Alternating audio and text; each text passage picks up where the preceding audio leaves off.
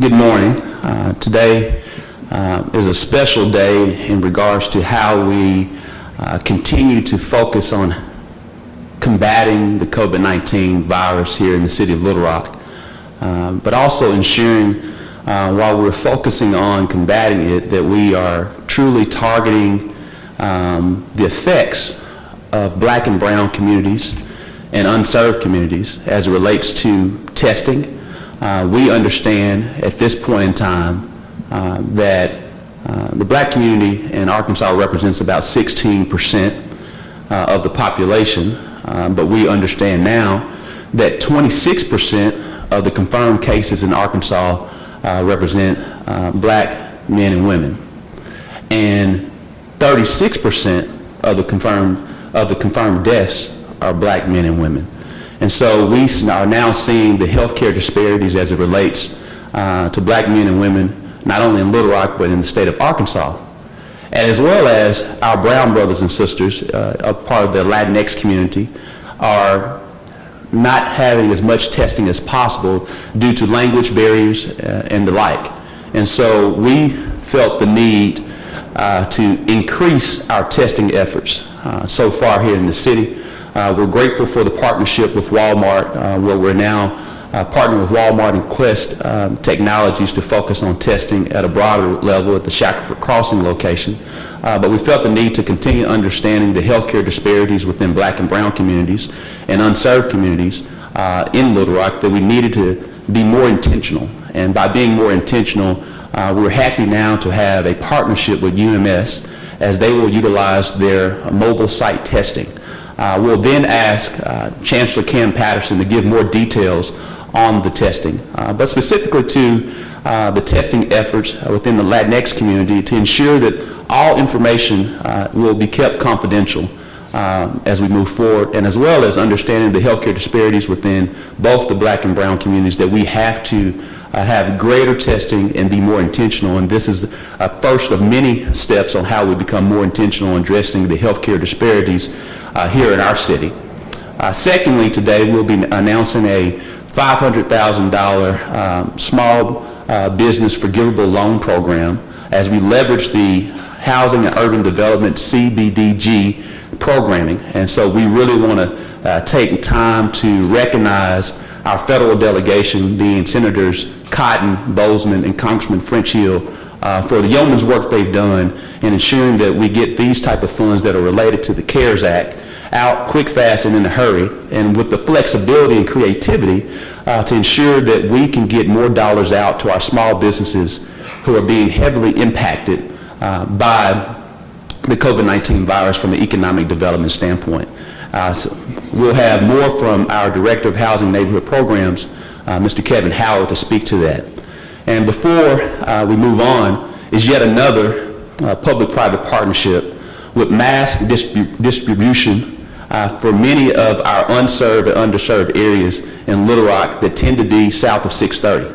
And so we partnered up with Kroger and Edwards Food Giant to be prime locations for mass distribution of masks that we'll discuss a little bit later. And before we go to Chancellor Kim Patterson, I want to give a special shout out to City Directors Joan Adcock, who has been a great leader within the Latinx community in Southwest Little Rock, and really helping to forward this particular project with our office.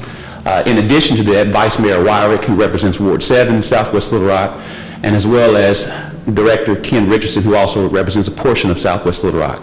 And again, this demonstrates the great unity within the City Board of Directors and our administration on how we're all working together to fight against the COVID-19 virus from a healthcare standpoint as well as from an economic standpoint. I'll now ask Chancellor Kim Patterson to give a little bit more details on our mobile testing that'll be very helpful to our Latinx and black communities.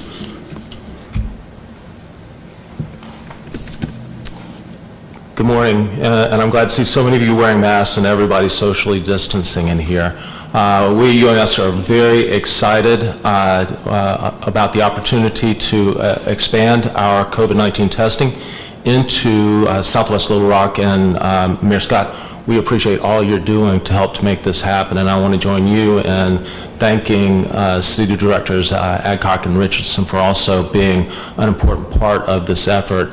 We couldn't do this without other partners as well, and I want to give a shout out and thank you to the Mexican Consulate, the Arkansas Minority Health Commission, and Arkansas Children's Hospital, who will be helping us with our screening efforts in Southwest Little Rock. UAMS has, in response to the COVID-19 pandemic, created a mobile triage unit that has gone across the state to provide COVID-19 testing in communities that are poorly served in terms of testing capacity. It's one thing to have the right number of tests available in the state, but if you don't have those tests in the right places, then you're not serving the communities in the way that they need to be served. We've been to Texarkana, we've been to Helena, we've been to Forest City, we've been to Warren yesterday. We are teed up to go to Mountain Home and Forest City again later in this week, with the intention that we are providing access to screening and testing services for people across the state of Arkansas. And I want to commend our chair of the Department of Pathology and Laboratory Medicine, Dr. Jennifer Hunt, for spearheading this effort for us. But it's not simply about the rural individuals in our state who don't have access to testing. We need to think about urban populations that don't have access to testing as well. And that's why we are so thankful to the city leadership for partnering with us to make sure that this is feasible. And this won't be the last time that we continue to look for urban communities in central Arkansas and elsewhere that we can provide better COVID-19 testing and educational services to. And let me emphasize the educational component of this. This is not simply about the hundreds of tests that we've done, the hundreds of individuals who we have told are COVID-19 negative, and those individuals that we've identified as COVID-19 positive and have begun treatment for.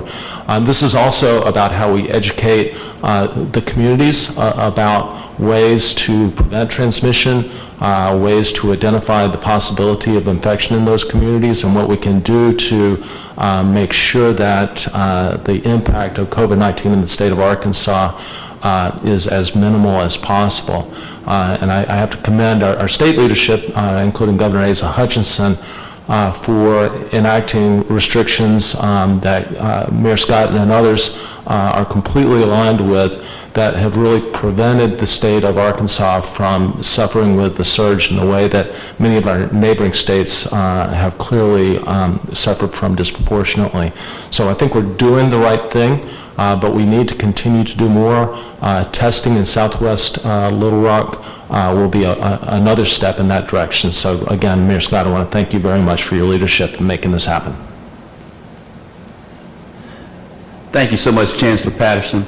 And I also just want to reiterate that this testing will begin Saturday at the Southwest Little Rock Community Center on Baseline Road, I believe from 10 a.m. to 2 p.m. And again, I want to share our gratefulness to City Directors Adcock, Wyrick, and Richardson, who all represent that particular area.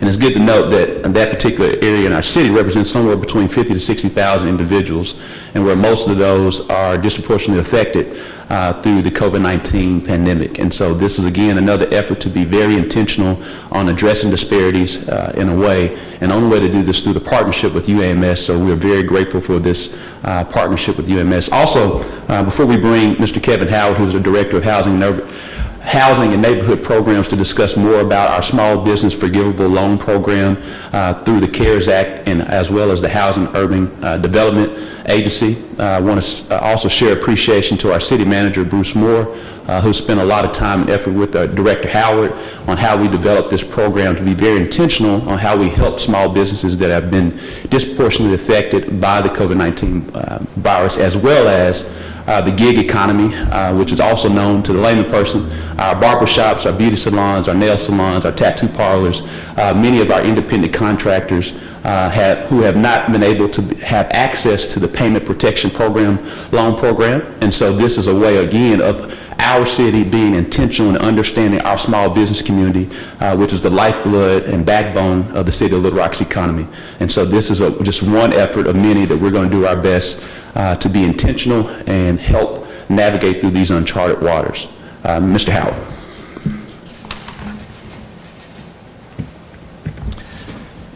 Thank you, Mayor Scott. Good morning. Through the CARES Act provided by the Department of Housing and Urban Development, the President signed on March 27th the CARES Act to provide community development block grant funds to be used for economic development under small businesses. The City of Little Rock has created the Small Business Emergency Assistance Program to provide $500,000 to assist small businesses in the City of Little Rock. This would be zero interest loans, forgivable, no payment for 1 year. The businesses can apply up to $5,000 will be given after 1 year. If jobs are created and retained or restored, the loan will be forgiven. The program also is included for sole proprietors, such as barbers and hairstylists, just as Mayor Scott just stated. The city saw a need to provide supplemental assistance to small businesses. Many are having trouble during this time of the COVID-19 pandemic. Applications will be on the website, the City of Little Rock's website, under COVID-19 on March the 4th. Right now, you could go to the City of Little Rock's website and receive the information on the information sheet on Small Business Emergency Assistance Program. I definitely want to thank the mayor for his support and the city manager, and also the mayor's staff and their support in helping, and the city attorneys and IT division and the community development division staff for doing all the hard work and putting this program together. If you have any questions, please let us know. You can contact the Department of Housing and Neighborhood Programs at 501-371-6825. Thank you. Yes, it's May the 4th. May the 4th, I'm sorry. And we can speak to this more later when we get to some of the questions, but there also is going to be some availability for our homeless shelters within this $500,000. I don't have all those details right now, but Mr. Howard will be able to answer those. Again, for the amount of dollars that will be helpful to the homeless shelters, part of this program, and that's a finite amount of dollars, they can be emailed to lrcares at littlerock.gov. I believe it's littlerockcares at littlerock.gov. I'll get it later. Secondly, as we come to a close, I want to speak to our mask distribution again in an effort. I think we all understand everyone may not be able to purchase a mask or have access to a mask. And again, in our efforts to be intentional to many of our unserved and underserved communities here in Little Rock that are representing a disproportionate effect of the COVID-19 virus, we have to be more intentional to protect our residents here in our city. And so we are happy to announce as well a partnership with Kroger and Edwards Food Giant that will take place at the Colonel Glenn and Asher locations for Kroger and the Main Street location for Edwards Food Giant to ensure that we are being accessible and intentional to provide masks through the purchasing of those masks during this period of time. And so we're very grateful for that public-private partnership with those two organizations. And again, I'm grateful for the testing with Walmart that we're doing on Shackelford Crossing, as well as the testing that we're doing with UAMS. It shows a great effort of everyone, all hands on deck as it relates to how do we fight and battle this virus and come out of it, because we will come out of it, and we are looking forward to brighter days as we reset, restore, and rebuild the rock. Open the floor for any questions. Do you have a number of how many masks will be distributed and the dollar amount that's coming out of the city's pocket for these masks? The number of masks is going to be 10,000 masks. The dollar amount, I do not know that. Do you know that, Mr. Moore? We're still calculating at this point, but it'll be 10,000 masks that we'll purchase. Do you know where that money will come from? Many of that money will come from our city coffers that we will eventually receive FEMA reimbursement for.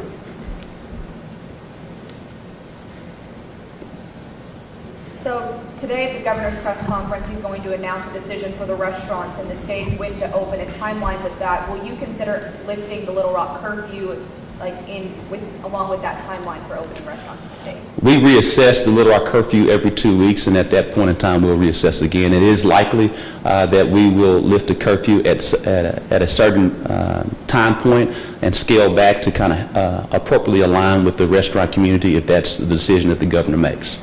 But we will not alleviate the curfew, but we probably will scale back. When will the masks start to be distributed? I believe that is What did you say? May the 8th. May.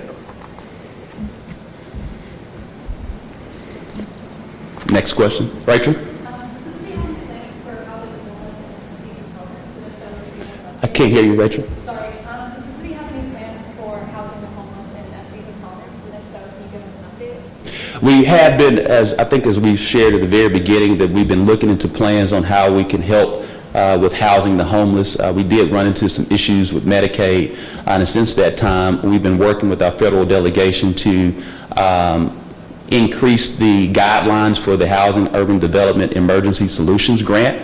And the Emergency Solutions Grant will give the ability for cities to kind of get a bit more creative with housing the homeless at this point in time. And so we have to be very prudent and wise with our dollars and move in that fashion. However, as you know, we've already provided close to $30,000 worth of grants to homeless shelters.